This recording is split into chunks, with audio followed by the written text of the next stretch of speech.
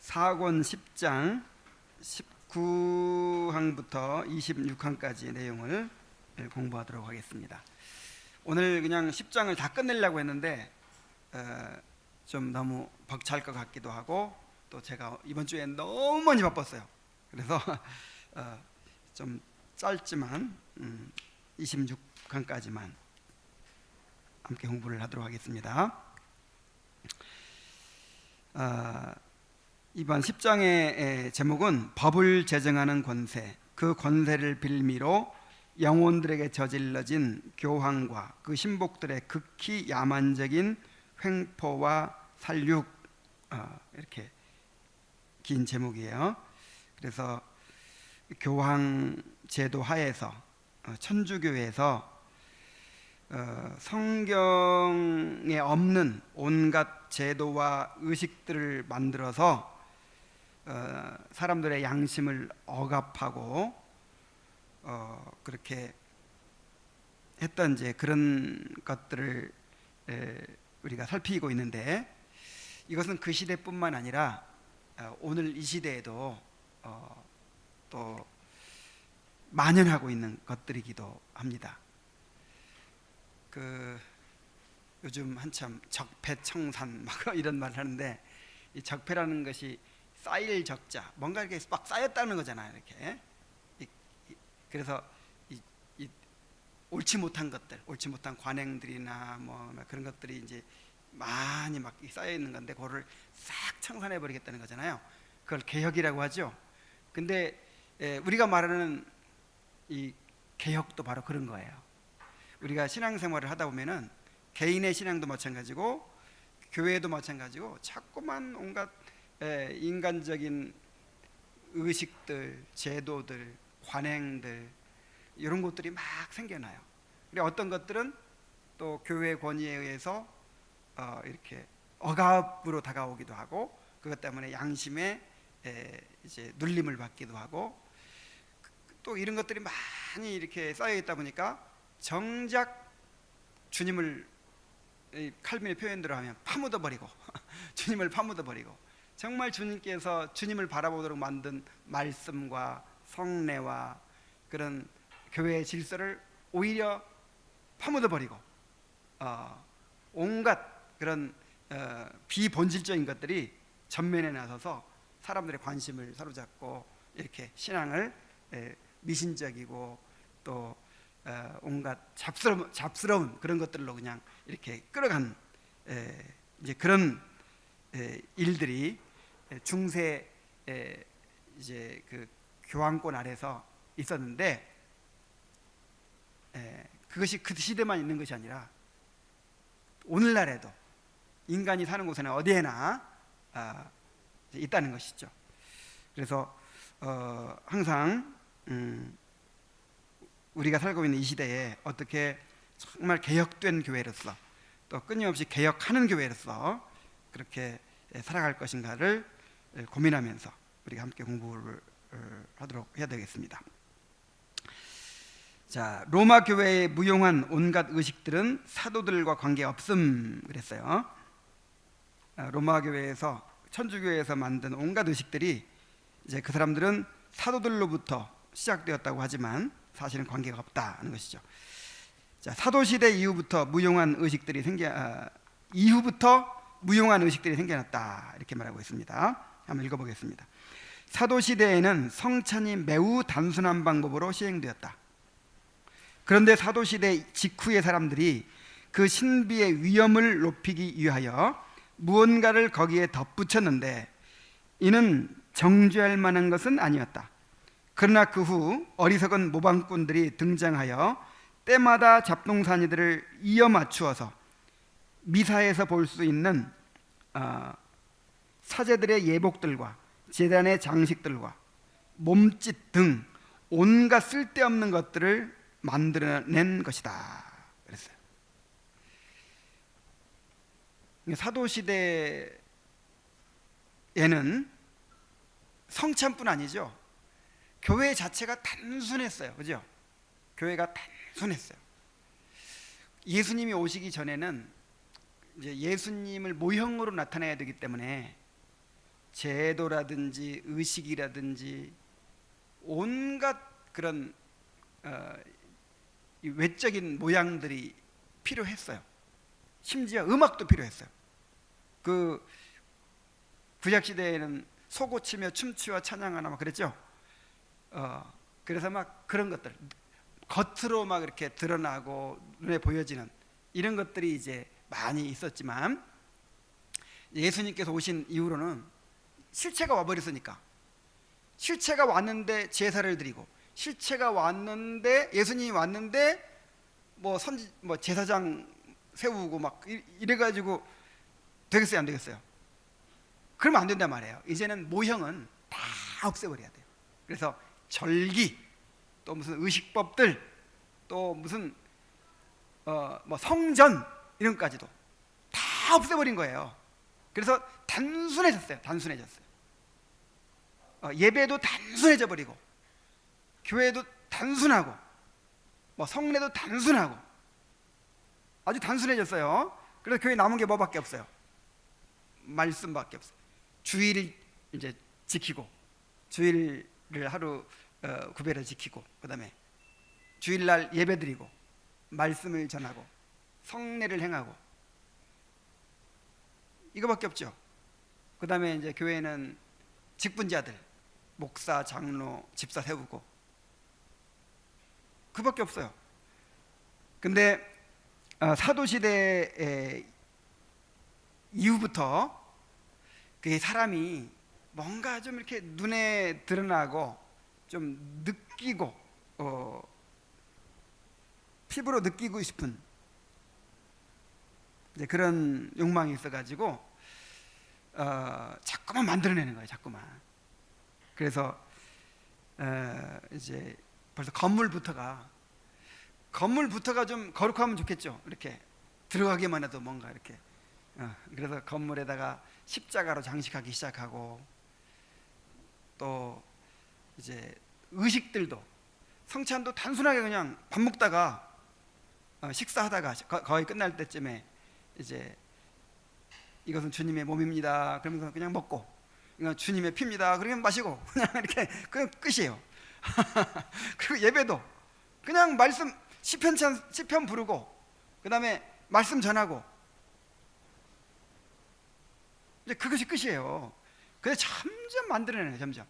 점점 의식들을 더 화려하게 만들고, 그냥 이렇게 이런 옷 입고 설교하면 좀 은혜가 덜 되는 것 같으니까 가운 같은 것도 좀 입으면 좋겠죠. 딱 입고 강단에서 십자가도 하나 딱 걸고, 뭐 점점 이렇게 이런 걸 만들어 가요. 자꾸만. 그 다음에 무슨 날들, 절기들 막 이런 것들을 만들어 가고, 그래서 온갖 잡동사니들을 이어 맞추어서 이제 그런 뭐 눈에 보이는 그런 예복들, 제단의 장식들, 몸짓까지 막 온갖 쓸데없는 것들을 이제 만들어 냈다는 것이죠. 그래서 정말 교회가 단순해야 된다는 것을 우리가 기억해야 됩니다. 단순해져야 돼요. 최소한의 것만 만들어 놨다는 거예요. 예수님이 최소한의 것만. 왜 단순해져야죠? 그래야 말씀에 집중하기 때문에 그래요. 그래야 그리스도께 집중할 수 있기 때문에 그래요. 근데 온갖 것들을 만들어 가지고 이렇게 하다 보면은 이제 여러분 어린 시절에 교회 기억 뭐가 나요? 크리스마스, 새벽송, 맨 그런 기억밖에 없죠. 이게 벌써 이게 교회가 이제 문화가 되는 거죠. 문화가. 그래서 기독교가 로마로 가서는 제도가 되고, 유럽으로 건너가서는 문화가 되고, 미국으로 건너가서는 기업이 되고 뭐 한국으로 건너가서는 대기업이 됐다, 뭐 이런 말이 있듯이, 그래서 말씀에 집중하고 그리스도께 집중할 수 있도록 그렇게 해야 돼요. 그래서 지난주에 우리가 다뤘던 내용 중에 그게 있었죠. 그런 것들을 자꾸 만들어내 가지고 그리스도를 파묻어 버리고 반쯤 파묻어 버리고 그렇게 해서는 안 된다는 것이죠. 자, 한 가지 신뢰를 얘기해요. 성수. 누구든지 그들에게 그들이 사용하는 성수가 어디서 온 것이냐고 물으면 그들은 즉시 사도들에게서 왔다고 할 것이다. 이것이 로마의 어느 감독이 만들어낸 것임을 역사의 기록이 입증하고 있는데도 말이다.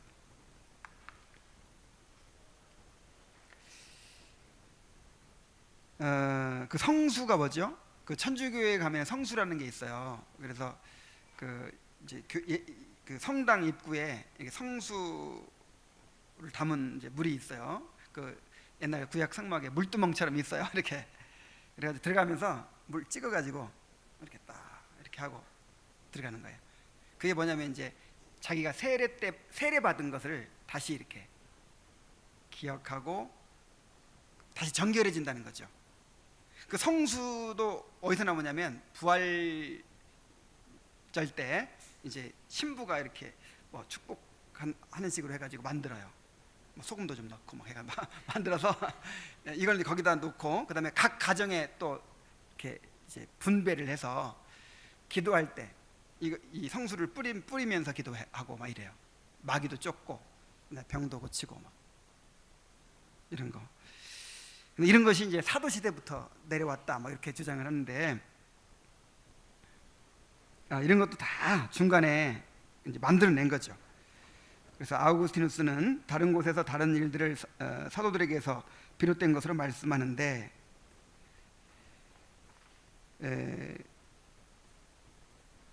자, 아우구스티누스가 언제적 사람이냐면 357년에 태어나서 430년인가 그렇게 죽었거든요. 그러니까 초대교회 이후에 한 400년 후의 사람이죠. 그래서 이 아우구스티누스 때만 해도 여러 가지 많이 뭐 교리적으로도 그렇고 그런 의식들도 그렇고 이런 제도들도 그렇고 온갖 그런 것들이 많이 만들어졌을 때예요. 아주 타락하진 않았지만 그런 것들이 막 만들어질 때예요. 그래서 아우구스티누스도 100% 우리가 다 신뢰할 수 없는 거예요. 그러니까 이 아우구스티누스에 대해서 천주교도 우리의 스승이라고 그러고 루터교에서도 우리 스승이라고 그러고 우리 개신교에서도 아주 신뢰하는 우리 스승이라고 하거든요. 근데 우리는 선별해서 받아들이는 거예요. 선별해서. 아우구스티누스도 좀 이상한 얘기 한 것도 좀 있어요. 그래서 이 다른 곳에서 다른 일들을 사도들에게서 비롯된 것으로 말씀하고 있는데 이게 이 말이에요. 자, 그렇다 해도 경건을 위해 어떤 실천할 의식들을 만들어 놓아서 신자들이 자유로운 양심으로 그것들을 행하거나 혹 그것이 유익하지 않을 경우엔 행하지 않을 수 있도록 하는 것과 법을 만들어 강제로 양심을 속박하는 것은 엄청난 차이가 있는 것이다.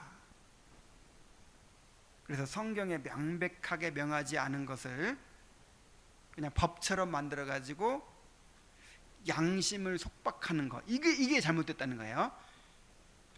권장을 하면서 그렇게 하든 안 하든 그냥 아무런 거리낌 없이 할 수 있도록 자유를 주면 괜찮아요. 그냥 이렇게 안 하면 뭐 법으로 제재한다든지 아니면 법으로까지는 아니지만 뭔가 이렇게 보이지 않는 압력을 행한다든지 이런 기준들을 많이 만들면 된다 이 말이에요. 미국의 근본주의 교회들 가운데는 여자들 치마 입고 교회 못 오게 해요. 못 오게 하는 그런 교회도 있어요. 왜냐하면 단정해야지 이렇게 유혹을 일으킬 수 있다는 거죠. 그래가지고 이제 그렇게 막 강조하다 보니까 이게 법처럼 돼가지고 누가 이렇게 치마 입고 그러면 대부분 뭐라 그래요?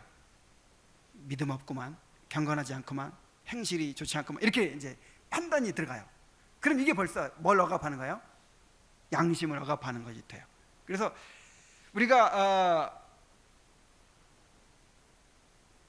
그건 어떤 계명에 속하나? 뭐 예를 들어서 뭐 간음하지 말라는 계명에 속할 수 있죠. 실천 대의로운 문답에도 있어요. 뭐 옷차림도 뭐 어떻게 하라 말. 그러니까 그 계명 자체는 명백히 성경의 법인데 그거를 어떻게 실행하느냐, 그 적용까지도 법을 막 만들어 가지고 이제 그 사람의 양심을 억압하면 안 되는 거죠. 다 자유를 줘서 알아서 하도록 해야죠. 물론 이제 뭐 지나친 사람들은 번증을 할 수 있겠지만, 그래서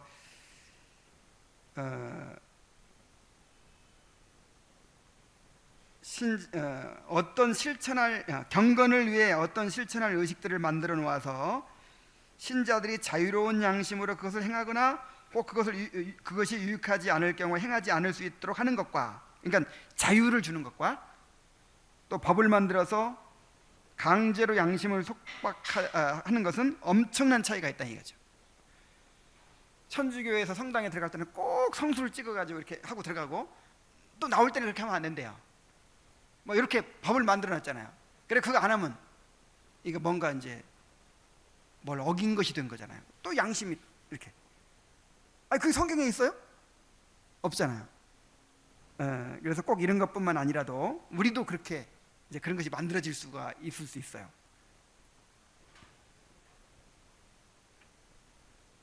자, 21항 봅시다. 사도행전 25장 20절에 사도들의 법령. 자, 25장 사도행전 15장 20절에 어떤 말씀이 있죠? 그 이제 유대인 출신들의 그 교사들이 이제 와가지고는, 그 유대인들은 예수 믿고 나서도 그동안에 지켜오던 절기라든지 또 의식법이라든지 이런 거 지켰습니다. 그러니까 그것이 그냥 몸에 밴 건데 어떻게 하루아침에 버릴 수 있겠어요. 그래서 부정한 음식 안 먹고요, 그 다음에 그런 의식법 지키고 할례도 받았어요. 할례 받고 토요일 안식일도 지키고 또 주일도 지키고 그 다음에 절기도 지키고 막 그랬어요. 그래서 자기들이 이제 그렇게 해왔어 계속. 그래서 그걸 벗어나지 못하고 있는 거예요. 그러니까 이제 이방인 신자들한테도 그걸 요구하는 거예요. 당신들도 정말 제대로 믿으려면 이게 원래 제대로 된 오리지널 신앙이야. 그러니까 당신들 제대로 믿으려면 할례부터 받아야 돼. 할례도 받고 뭐 이렇게 유월절도 지키고 뭐 그런 요구를 하는 거예요. 그래가지고 이제 막 논쟁이 벌어지니까 이걸 해결하기 위해서 예루살렘에서 총회로 모였죠. 총회로 모였을 때 어떤 결론이 났습니까? 우리와 우리 조상들도 매지 못한 멍에를 왜 그들의 목에 두려고 하느냐, 이것은 옳지 않다. 그러면서 그냥 피와 목매어 죽인 것과 또 우상의 제물 뭐 이런 것만 금하고 그냥 나머지는 자유롭게 하도록 하자, 이제 이런 결론이 내려졌어요.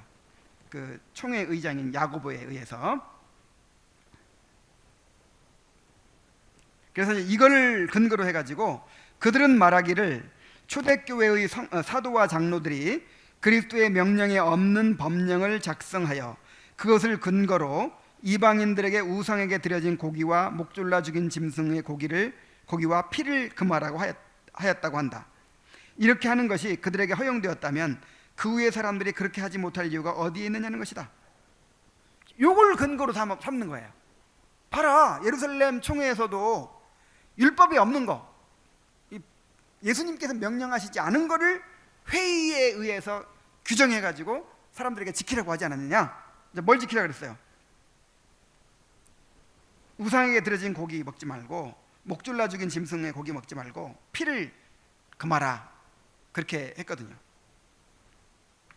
그러니까 지금도 성경에 없는 거 우리가 회의해가지고 만들어낼 수 있다, 이제 이게 주장하는 거죠.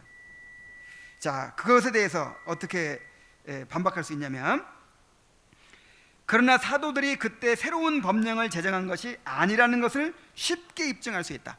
이건 새로운 법령을 제정한 것이 아니에요. 그 당시의 공회에서 베드로는 제자들의 목에 멍에를 두는 행위를 하나님을 시험하는 것이라고 선포했는데, 그러고도 나중에 가서 그가 제자들에게 멍에를 두는 일에 동의했다면 그것은 자기의 의견을 스스로 뒤집는 것이다. 그래, 멍에를 두지 말자고 지금 결론을 내린 건데 또 멍에를 두는 일이었겠냐 이 말이죠.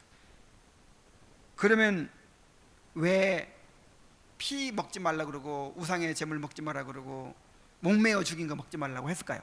여러분 이거 지금 먹으면 돼요, 안 돼요? 지금 먹으면 될까요, 안 될까요? 에? 자유예요, 자유. 피, 선지국 먹잖아. 피 안 먹으려면요, 그 유대인의 도살 방식으로 도살해야 돼요. 피가 다 섞여 있어. 그래서 옛날에 우리 아버지도 이걸 그대로 믿어가지고는 피 안 먹으려고 닭을 잡아도 이렇게 목을 딱 해가지고 거꾸로 매달아놔. 완전히 피가 빠질 때까지. 근데 그렇게 해가지고 피가 제대로 빠지지도 않지만 피가 이만큼이나 섞여 있어요. 그래서 유대인들은 피를 완전히 빼는 그런 이제 도살 방식이 있어. 그래서 유대인들은 아무 데서나 밥 안 먹어요. 그 유대인의 도살 방식으로 도살한 그 먹거든. 피 안 먹으려고. 근데 우리는 지금 이 법에 저축되지 않아요. 선지국도 얼마든지 먹어도 되고, 그 고기가 목매달아 죽였는지 아니면 그냥 뭐 어떻게 죽였는지 우리가 어떻게 알아요? 그리고 우상의 제물도 먹어도 돼야 안 돼요? 자유에 먹어도 돼요. 근데 왜 이걸 금했을까? 자, 보세요. 그 법령의 첫째 가는 요점은 바로 이방인들에게 자유를 남겨두며 혼란하게 하지 않으며 또한 그 법을 준수하도록 괴롭게 하지 않는다는 것이었다. 자, 그런 목적으로 법을 줬어요. 자유를 주려고 법을 줬단 말이에요. 두 번째 요점은 이방인들이 형제들을 넘어뜨리지 않도록 무해하게 자유를 사용해야 한다는 것이었다. 그러니까 자유를 주되 그 자유는 사랑으로 종노릇하는 자유여야 돼요. 예를 들어서 어떤 사람은 그냥 예를 들어서 피라면 그냥 끔찍하게 여기고 기절하는 사람이 있다고 칩시다.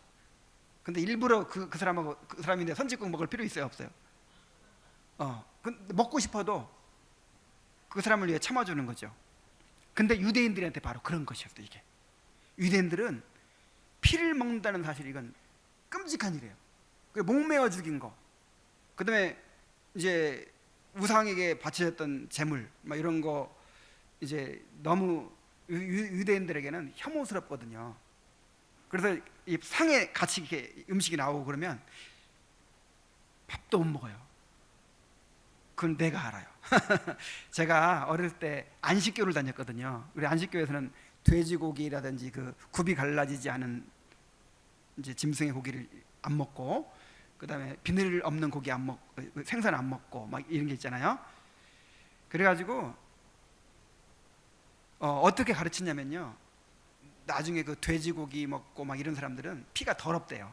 그래가지고 나중에 이제 막 마지막 예수님 오시기 전에 재앙이 내리는데 완전히 그냥 무슨 뭐 종기 재앙 이런 것으로 다 멸망한대요. 그래가지고 하도 어릴 때부터 그걸 듣고 자라가지고는, 그리고 이걸 안 먹다 보니까 지금도 제가요 돼지고기찌개 안 먹는 거 알죠? 근데 막 맨날 그거 해. 지금도 못 먹어, 지금도. 그래가지고 나중에 이제 안식교에서 나왔어요. 이제 안식교에서 나와가지고 이제는 모든 걸 다 먹어도 된다는 걸 알아.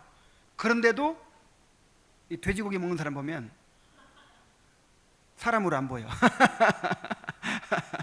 막 개고기 먹는 사람은 아이고 끔찍해. 막 밥상에 돼지고기가 올라와 있잖아요. 그냥 비위상해가지고 밥을 못 먹어요. 유대인들이 이런 식이에요, 이런 식. 그래서 모든 걸 할 자유를 주면서 이런 걸 배려하자, 이런 차원에서 말한 거라 이 말이죠. 형제를 넘어뜨리는 일을 금하는 하나님의 영원한 법을 제시하는 것일 뿐 자기들 스스로 새로운 법을 제시하는 것이 아닌 것이다. 무슨 얘기인지 아시겠죠? 22항에 보면 또 나오는데, 사도들의 법령에 의의, 사도들은 오로지 실족을 피하는 일에 관한 하나님의 법을 장려하고 그런 범죄의 소지를 제거하고자 하는 의도밖에는 없었던 것이다. 자, 바울이 우상의 제물을 금한 것도 이와 같다. 자, 뭐라고 했냐면, 그러므로 우상의 제물을 먹는 일에 대해서는 우리가 우상은 세상에 아무것도 아니며 또한 하나님은 한 분밖에 없는 줄 아노라. 그러나 이 지식은 모든 사람에게 있는 것은 아니므로 어떤 이들은 지금까지 우상에 대한 습관이 있어 우상의 제물로 알고 먹는 거로, 이 경우는 이제 이방인들 중에서 해당되는 거죠. 그들의 양심이 약하여지고 더러워지느니라. 그런즉 너희의 자유가 믿음이 약한 자들에게 걸려 넘어지는 것이 되지 않도록 조심하라. 이것도 이제 이렇게 어릴 때부터 그냥 우상 문화 속에서 철저하게 그렇게 몸에 배 가지고 자란 사람은요, 뭔가 있다고 느껴지는 거예요. 그냥 이론적으로는 하나님 외에는 신이 없다 이렇게 알아도 뭔가 귀신이 붙어 있는 것 같고, 막 이렇게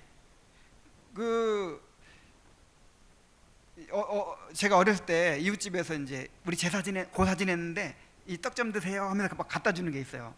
먹었겠어요, 안 먹었겠어요?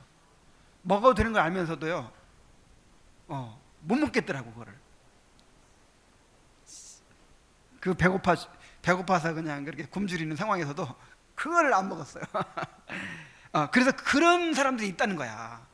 이제 갓 예수 믿고 이제 구원받은 사람 중에 그렇게 우상 문화권 속에 살아서 이제 뭔가 막 우상의 제물로 바쳐진 고기를 끔찍하게 여기고 먹으면 큰일 나는 줄 알고 이런 사람이 있다는 거예요.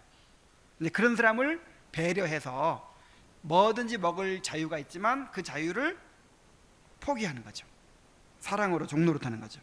그래서 고기를 안 먹는 거죠.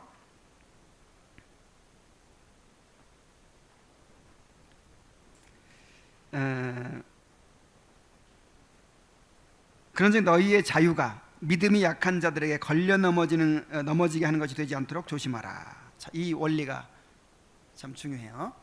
우리의 자유가 믿음이 약한 자들을 걸려 넘어지게 하는 것이 되지 않도록 우리가 주의해야 돼요. 이런 문제들을 잘 따져보는 사람은 사도들이 마치 법령을 공포하여 교회의 자유를 침해하기 시작한 것처럼 여겨서 그것을 핑계로 자기들의 횡포를 정당화시키려는 자들의 교묘한 속임수에 다시는 속지 않을 것이다. 자, 이런 것을 잘 분별해야죠. 그러니까 사도들이 피와 목매어 죽인 것과 우상의 제물을 금하라 이렇게 결정한 것은 어떤 걸 멍해를 두기 위해서가 아니라 이 연약한 사람들을 배려해라. 그 유대인들을 배려해라. 그런 뜻이었단 말이에요. 그 다음에 다음 단락 넘어가겠습니다. 인간이 만든 예배의 전통과 의식과 하나님의 말씀과 그리스도의 정죄를 인간이 만든 예배의 전통과 의식은 하나님의 말씀과 그리스도의 정죄를 받음. 자, 23항 보겠습니다. 인간이 만들어내는 예배는 말씀에서 떠난 것으로 하나님께 가증한 것임 그랬어요. 주께서 온전히 소유권을 지니신 그의 나라를 빼앗기신다면 그것이 얼마나 중대한 문제이겠는가. 그런데 인간이 만들어내는 법들에 의해서 그를 예배할 때마다 그의 나라가 빼앗기는 것이다.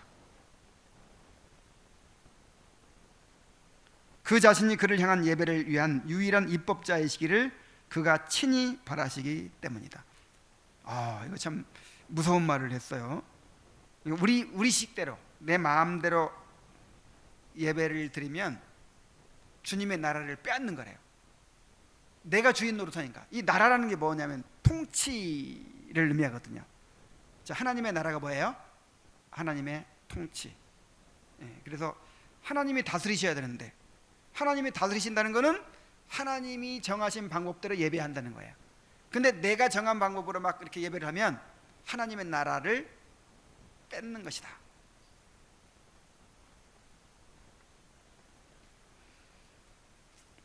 그래서 하나님을 예배하는 방법은 철저하게 하나님이 정하신다는 이 원리를 항상 우리가 기억을 해야 됩니다.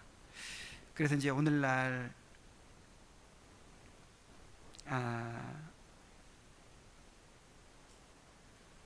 그 하나님이 정하시고 또 하나님이 주인공이 되는 하나님이 이 중심이 되는 그런 예배가 아니라 인간이 중심이 되는, 또 인간을 기쁘게 하는 이제 그런 예배로 이렇게 바뀌어져 가고 있죠. 그래서 하나님은 예배를, 우리 주님은 예배를 이렇게 정하셨어요. 이제 말씀의 예배로. 이렇게 말씀을, 믿음은 들음에서 난다. 하나님은 전도에 미련한 것으로 구원하기를 기뻐하셨다. 그래서 이 말씀을 선포하고 그 말씀을 듣고, 이게 예배의 중심입니다. 근데 이제 사람들이 생각하는 거예요. 지금 이 시대는 이렇게 주입식 시대가 아니야. 지금 멀티미디어 시대, 영상 시대야. 얼마나 효과적인 소통의 수단들이 많은데 그 1시간 동안 설교를 듣고 앉아 있어? 그래가지고 이제 방법을 바꾸는 거예요. 설교를 점점 줄여, 점점 30분에서 20분으로, 20분에서 15분으로 줄여. 그리고 뭐 드라마 예배, 무슨 영화 예배, 무슨 지난번에 그 종교개혁 뮤지컬을 보러 갔어요. 보러 갔는데 이제 그 뮤지컬을 이제 어떻게 관람을 해야 되는가 이렇게 안내를 잠깐 하더라고요. 근데 이것은 예배입니다. 그러니까 아멘 하십시오 그러더라고요. 뮤지컬 보면서 이제 그 배우들이 막 이렇게 좋은 대사 같은 거 할 때 그것도 예배니까 뭐 해야 돼요? 아멘. 그래, 아멘이 막 계속 터져 나오는 거야. 근데 예배 아니죠. 예배는 말씀을 선포하는 거예요. 하나님을 대신해서 하나님의 말씀을 대언자가 선포하는 거예요. 그리고 성도들이 그 말씀을 듣는 거예요. 그 방식으로 예배를 드리는 거예요. 그리고 하나님을 높이는 찬송을 부르는 것이고,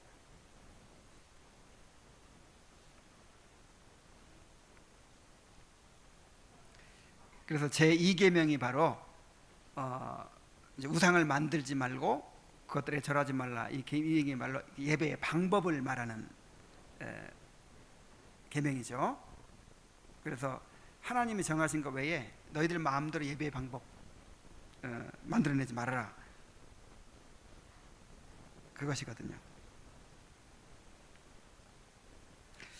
이스라엘 백성이 온갖 우상 숭배로 자기를 더럽혔는데 그런 모든 악행의 원인은 바로 이와 같은 불순한 혼합에 있었다.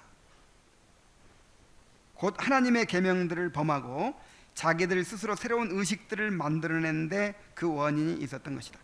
이스라엘 백성들이 그의 말씀과는 상관없는 온갖 방책들을 도입했었기 때문에 하나님께서는 그에게 드리는 예배를 범한 행위에 대하여 단호히 벌을 주신 것이다. 그랬어요. 자, 이스라엘 백성들의 문제가 혼합주의였어요. 혼합주의. 그러니까 한 번도 이스라엘 백성들이 종교를 바꾼 적 없어요. 우리는 이제 여호와 섬기는 종교를 버리고 이제 다른 신을 섬기겠다, 이런 적은 없어요. 하나님을 섬기면서 다른 신도 섬기고, 하나님을 섬기되 다른 신 섬기는 방법으로 섬기고, 이런 식으로 자꾸 이렇게 어떤 이방의 의식들, 이방의 방법들을 이렇게 가져와 가지고 혼합시킨 데 있었다는 것이죠. 중세 카톨릭이나 오늘날 교회들도 마찬가지죠. 자꾸만 이교도적인 요소들을 자꾸만 끌어오는 거예요. 자꾸만.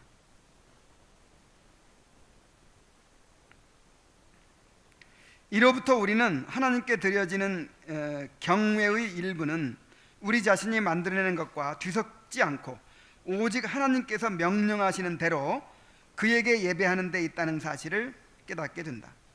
더 나아가서 사람이 만들어낸 방식의 예배에서 불경한 것이 노골적으로 드러나지 않는다 할지라도 성령께서는 그것을 극심하게 정죄하시는 것이다. 그러니까 불경한 것이 노골적으로 드러나지 않는다 할지라도, 그러니까 좋았어, 뭐 이렇게 결과가 좋았어 할지라도 성령께서는 그것을 극심하게 정죄하신다는 거예요. 왜냐하면 그런 예배는 하나님의 율례에서 벗어난 행위이기 때문이다. 자, 다메섹에서 본을 따서 세운 아하스의 제단이 성전의 장식을 더욱 화려하게 하는 것처럼 보였을 수도 있었을 것이다. 그러니까 아하스 왕이 다메섹에 이제 갔다 왔어요. 다메섹은 이 수리아의 아시리아 이 대국의 수도잖아요. 가서 보니까 와, 문화가 발달하고 막 휘황찬란한데, 특히 신전에 가보니까 제단이 그렇게 멋있는 거야. 제단이, 예루살렘 성전의 제단은 하나님이 만들려고 한 대로 만들었죠. 뭐 몇 자, 몇 규빗, 뭐 그다음에 동을 어떻게 쳐서 어떻게 그러니까 뭐 그냥 소박해. 근데 다메섹의 신전에 가보니 제단이 너무 화려하고 좋은 거예요. 이야, 우리도 성전에다 저런 장식, 저런 시설을 해가지고 제사를 드리면 더 멋진 제사가 되겠다. 그래 와서 당장 만들었어요. 그래서 아하스의 의도는 유일하신 하나님께 제사를 드리고자 함이었고, 그 제사를 본래 있던 제단에서 드리는 것보다 더 화려한 방식으로 드리고자 함이었다. 그러나 성령께서는 이를 엄청나게 가증스러운 행위로 보신 것을 보게 되는데, 이는 단 한 가지, 사람이 만들어낸 것으로 하나님을 예배하는 것은 곧 불순한 부패이기 때문인 것이다.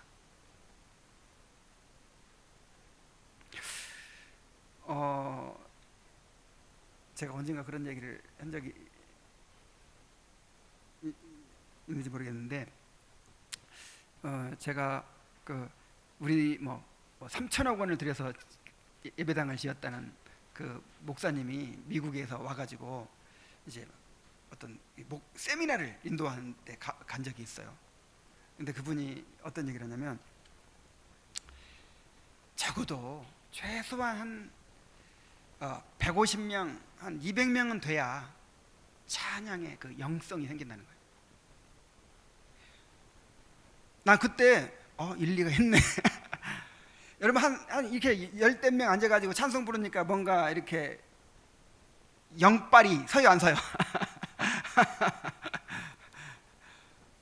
이거 뭐 곡조도 안 맞고 그냥 이거 뭔가 없는 것 같죠? 최소한 한 100명이 모여가지고, 한 150명, 200명이 모여가지고 그냥 살아계신 주 하면 어때요? 우와, 막 소름이 쫙 끼치면서 그냥 은혜가 뭐 넘치는 것처럼 느껴지죠.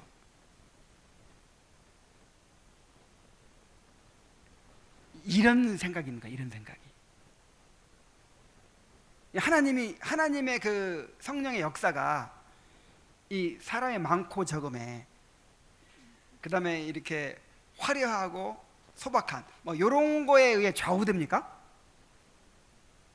자꾸만 그런 의식을 만들어내. 그래서 그때부터 나는 알아봤어요. 그런 의식들이 있어요. 자, 24장 봅시다. 하늘의 지혜에 속하는 신앙의 문제들에 있어서 오직 하나님의 명령만을 의지한다는 것이 무엇인지를 진지하게 생각해 보면, 여호와께서 인간 본성의 사악함을 따라서 그에게 드려지는 그 사악한 의식들을 가증스럽게 여기실 만한 강력한 이유가 있음을 곧바로 알게 될 것이다. 하나님을 예배하면서 그런 인간의 법들을 순종하는 사람들은 자기들 나름대로 순종하는 것이니 거기에 겸손과 비슷한 모습이 보이겠지만, 그러나 하나님 보시기에 그들은 전혀 겸손한 것이 아니다. 왜냐하면 그들은 자기들이 하나님을 위하여 법들을 만들고서 그 법들을 지키고 있는 것이기 때문이다. 요즘에 그 개신교에서도 사순절 지키는 교회들이 많더라고요. 사순절. 이 초대교회 그런 절기가 있었어요, 없었어요? 초대교회는 하나도 없었어요. 절기라는 그 개념 자체가 구약적인 거예요. 신약에 와서는 절기가 없는 거예요. 절기가 없었어. 근데 이제 점점 만들어내기 시작하죠. 점점. 그래가지고 무슨 부활절, 성탄절, 뭐 무슨 맥추절, 뭐 추수감사주일, 무슨 고난주간, 무슨 사순절, 뭐 온갖 것을 이제 만들어내 가지고 지키는데, 그렇게 하면 굉장히 좋을 것 같아요. 그냥 고난주간이라고 특별히 정해놓고 예수님 십자가 달리는 한 주간 동안 고난에 동참하면 얼마나 좋겠어요. 그래서 무슨 금식도 하고 막, 그럼 거룩해질 것 같죠. 그래서 굉장히 겸손의 모양을 보인다 이거예요. 어떤 겸손과 비슷한 모습이 보이겠지만, 그러나 하나님 보시기에 그들은 전혀 겸손한 것이 아니다. 왜냐하면 그들은 자기들이 하나님을 위하여 법들을 만들고 그 법들을 지키고 있기 때문입니다. 그래서 자꾸만 그렇게 사람이 만들어낸 것은요, 그건 겸손이 아니라는 거죠. 자기가 그걸 주관하려고 하기 때문에. 그렇기 때문에 바울이 그렇게도 인간의 전통에 속지 말라고 경고하기도 하고, 하나님의 가르침과는 관계가 없이 사람들이 고안해낸 자의적 숭배에 속지 말라고 경고하는 것이다.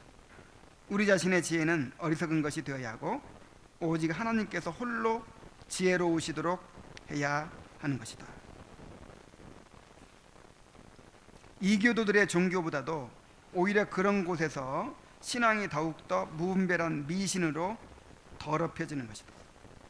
사람의 정신이 만들어낼 수 있는 것이 유격적이요 어리석은 자기들의 모습을 그대로 닮은 것들 외에 무엇이 더 있겠는가?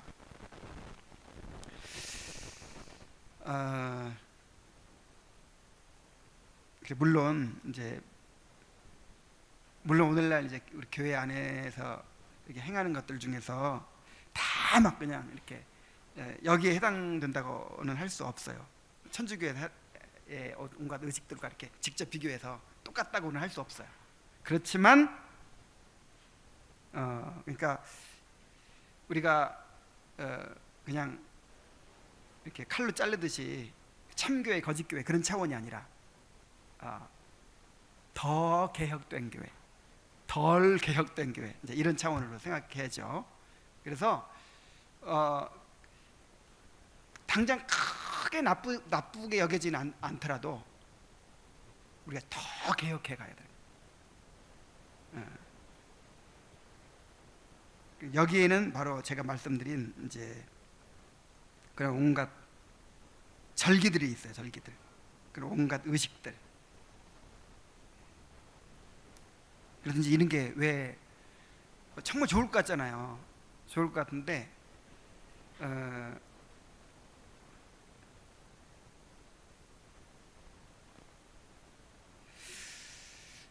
여러분, 매주일이요, 그 매주일 우리가 돌아오는 매주일이 얼마나 귀중한 절기인지 아세요? 이걸 알아야 돼요. 매주 돌아오는 이 주일이 하나님께서 이 세상을 창조한 창조의 기념일이고, 또 예수님의 부활의 기념일이고, 또 하나님께 대한 감사를 드리는 감사절이고, 또 하늘의 안식, 영원한 천국의 영광을 모형으로 보여주고 또 맛보게 하는 그런 이 최고의 절기요, 최고의 이제 이 특별한 날인 거죠. 그리고 우리가 드리는 예배, 정말 그 우리가 드리는 그 평상시에 드리는 예배, 말씀이 선포되고 이 온 교회가 모여가지고 함께 이 하나님을 예배하고 말씀이 선포되는 그것이 얼마나 귀중한 의미를 갖고 있는지를 알아야 돼요. 그래서 우리가요 정말 그 의미에 맞게 그것을 이제 추구하면, 그리고 성례도 이 성례가요 얼마나 귀중한 의식인지 또 알아야 되죠.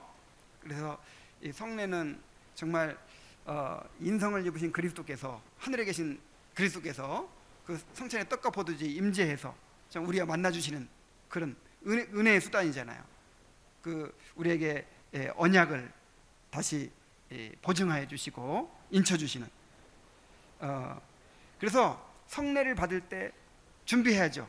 자기를 살피고 다른 사람들과의 관계에서 거리끼는 것들을 해결하고 회개하고 또 하나님과의 관계를 새롭게 하고 또 믿음을 새롭게 하고.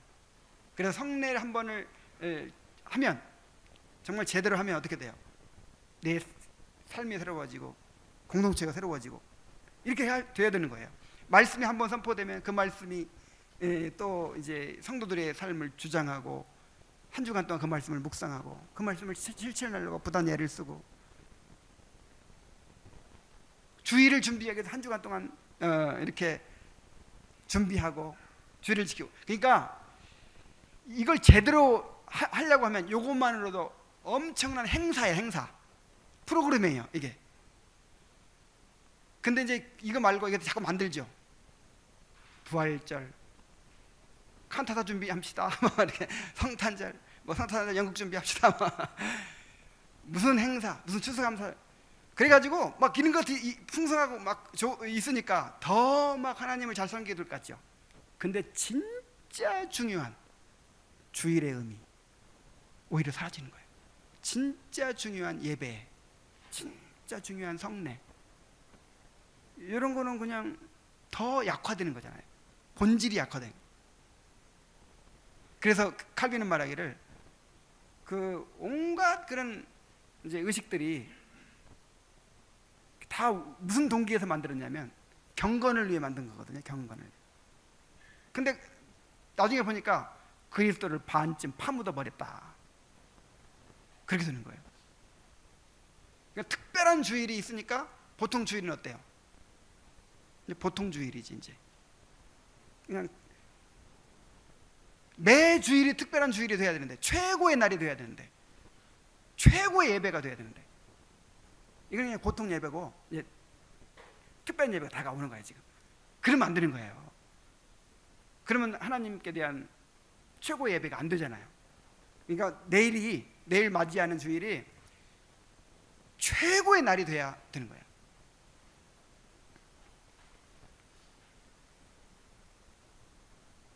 (25항) 사무엘과 마노아의 예.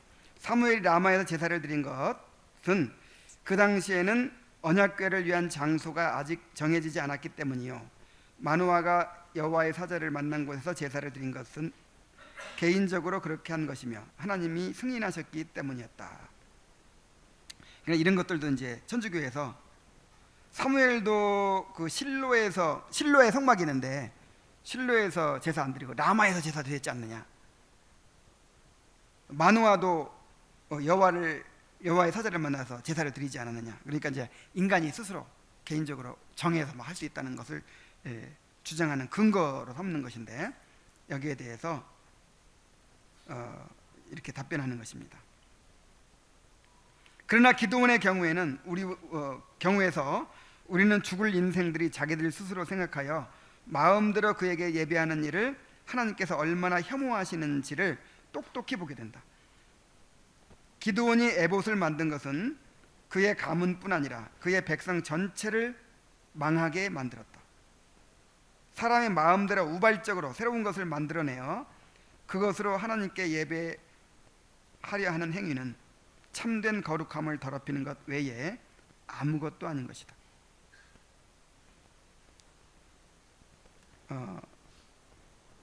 기드온이 에봇 그 우상을 만들 때는 무슨 동기로 만들었겠어요? 그냥 아무것도 없이 그냥 하나님 섬기려고 하니까 이거 너무 막연하고 그냥 이렇게 마음에 와닿지도 않고 그래요. 그러니까 에봇 이렇게 우상을 만들어 가지고 이게 하나님이다 하고 딱 그러면 뭔가 이렇게 더 이렇게 효과가 있어요.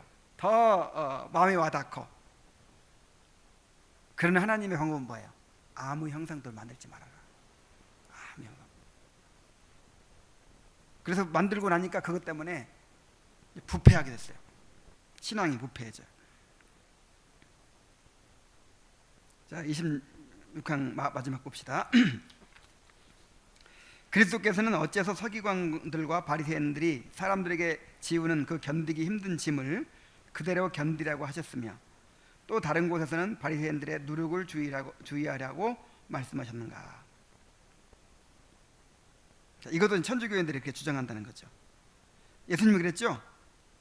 서기관과 바리새인들이 모세의 자리에 앉았으니까 그들이 가르치는 것은 다 행하라. 근데 그들은 뭐 하지는 말아라? 본받지는 말아라 그랬어요. 이런 걸 근거로 해가지고 이 교황이 또 우리들이 의논해가지고 결정한 거 제시하면 다 순종해야 돼 이렇게 주장한단 말이에요. 거기에 대해서 자, 바리새인의 누룩은 하나님의 순결한 말씀에 사람들이 자기들의 가르침을 뒤섞어 놓은 것을 의미한다. 그러므로 그들의 모든 가르침을 피하고 하라는 명령이다. 주님은 바리새인들의 행위를 격렬하게 책망하고자 하는 의도를 갖고 계셨고, 그리하여 먼저 그의 말씀을 듣는 자들에게 교훈하시기를, 비록 바리새인들의 삶에는 본받을 만한 것이 아무것도 없으니 그럼에도 불구하고 바리새인들이 말로 가르치는 일들은 그대로 행하여야 한다고 하신 것이다. 왜냐하면 바리새인들이 율법의 해석자로 모세의 자리에 앉아 있었기 때문이다. 이게 무슨 말이죠? 그러니까 바리새인들이 그 올바른 걸 가르칠 때는 들어야죠. 왜냐하면 모세의 자리에 앉아 있으니까. 그러나 바리새인들이 가르친 것 중에도 바리새인 누룩을 주의하라 그랬잖아요. 바리새인들이 가르치는 것 중에도 성경에 맞지 않는 것은 받아들여서는 안 된다는 거예요. 그걸 이제 아우구스티누스는 정확하게 말해요. 여기 마지막으로 읽겠습니다. 주님의 양우리에는 감독자들이 있는데 아들들도 있고 싹꾼들도 있다. 아들이 감독자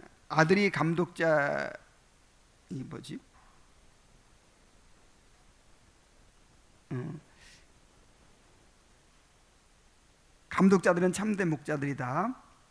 그러나 싹꾼들도 또한 필요하다는 것을 배우기 바란다. 교회 안에 있는 많은 이들이 이 땅의 이익들을 추구하느라 그리스도를 전하는데 그들을 통해서도 그리스도의 음성이 사람들에게 들린다. 바리새인 같은 사람을 통해서도 올바른 것이 가르쳐 줄 수 있다는 것이죠. 그리고 양이 싹꾼을 따르는 것이 아니라 오히려 싹꾼을 통하여 목자를 따르는 것이다. 주께서 친히 그 싹꾼들이 누구인지를 지적하시는 말씀을 들으라. 서기관과 바리새인들이 모세의 자리에 앉아 있으니 그들이 말하는 말을 행하되 그들이 행하는 바를 본받지 말라고 하신다. 그의 말씀은 싹꾼들을 통해서 목자의 음성을 따르라는 뜻이 아니고 무엇이겠는가? 오타가 맞네 여기는. 그러니까 싹꾼들을 통해서 목자의 음성을 따르라. 이게 원리네요. 어떻게 하라고요? 그러니까 목자를 따르는 게 목적이잖아요. 그냥 싹꾼이라도 목자를 따르게 만들 때는 따라야지. 근데 이 싹꾼이 목자의 음성과 반대로 가르쳐. 그럼 어떻게 해야 돼요? 에이 싹꾼 하면서 따르지 말아야지. 바로 그 얘기예요.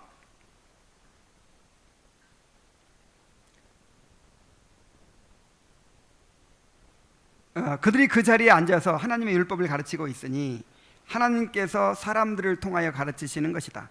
그러나 만일 그들이 자기들의 법을 가르치면 듣지도 말고 행하지도 말라 그랬어요.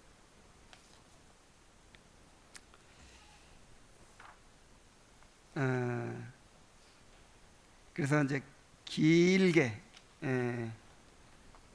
그 교황의 제도 아래에서 사람이 만들어낸 그런 온갖 의식들, 또 이 예배의 규례들, 또 제도들, 이런 것들이 이제 그리스도를 감추어버리고 또 사람들의 양심을 억압하고 이렇게 해왔는데, 이런 것들을 다 이제 걷어내야 된다는 것이죠. 그래서 이제 이 다음 주부터는 이제 본격적으로 이제 지금까지는 이 로마 가톨릭의 잘못된 부분들을 이렇게 많이 이야기해 왔다면, 이제는 그러면 어떻게 바르게 우리가 이것을 세워가야 되는가 하는 부분들을 계속해서 공부하게 됩니다. 혹시 질문하고 싶은 게 있나요?